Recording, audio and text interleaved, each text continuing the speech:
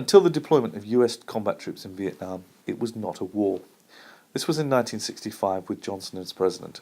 Up to this point, the aid had been economic, so this escalation to a de facto war, if not de jure, he never obtained a declaration of war from Congress, should clearly portion much of the blame to Johnson. However, I will argue that it was mostly Johnson's war because of the political pressures and his personality. I will also consider his pragmatic and reactionary stance to political opinion at the time, as this shifts the blame towards American politicians as a whole. Also, I will consider the influence of his advisers, as they should share some of the blame too.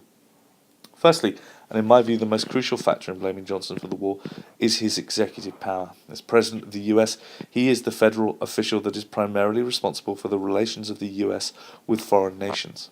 As Kennedy said of the position, the buck stops here. This was actually Truman. Johnson was the commander-in-chief of the armed forces and arguably was the most powerful person in the world. Ultimately, it is his name on the orders, and it was him who ordered the troops to deploy, not Congress. If Congress had declared war, then the Vietnam War would be America's war. But as it is Johnson who gave the order, therefore he should carry the majority of the blame. This means that it was Johnson's war because he was the one who deployed the troops. He also had the power to reject a military solution and instead seek political compromise in a similar way to that of Laos. But instead he adopted an attitude of belligerence, choosing to escalate, fulfilling the Quagmire theory. Also, Johnson, being a politician, was, after 1964, seeking terms favourable to his re-election, so he chose to be seen as an avenger of American liberties after the Gulf of Tonkin incident in order to get the votes in the next election. Therefore, the war is Johnson's, because he put potential political gains above logic and reason. He used his substantial power to try and achieve what was ultimately selfish gains instead of weighing up the tangible, not ideological benefits to America. He chose to play on public opinion instead of trying to change it. His role as an originator of all-out war and his manipulation of public and press opinion with his power means that I would consider this Johnson's war.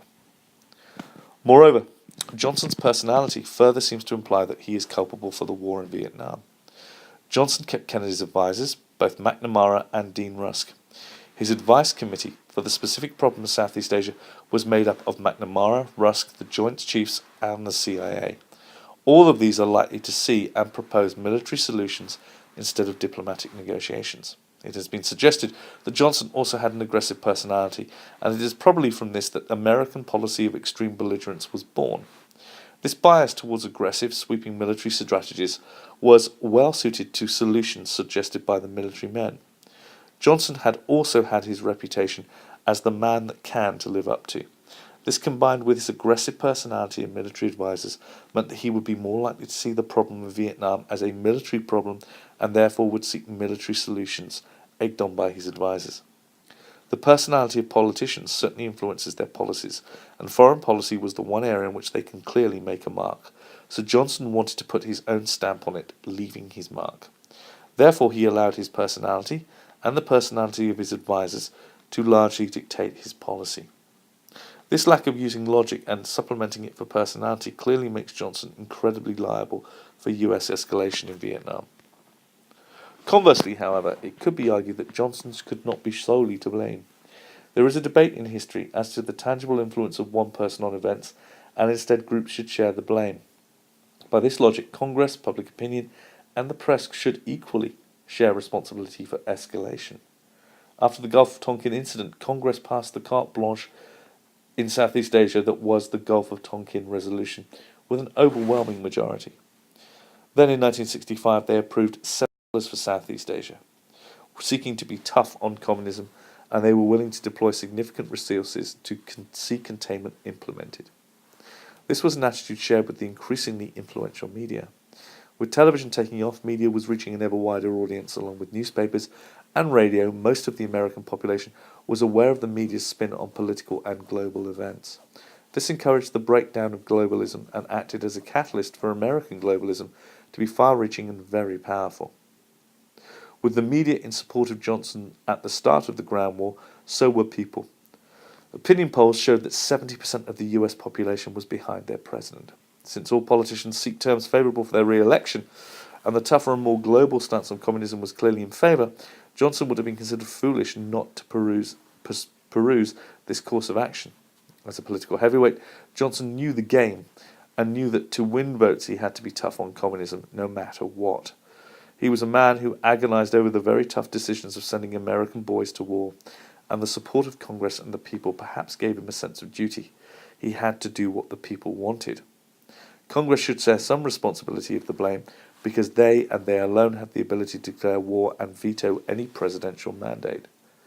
They therefore could have, with a two-thirds majority, stopped any of Johnson's escalations, proof that the war was not Johnson's alone, but a mirror of public opinion at the time.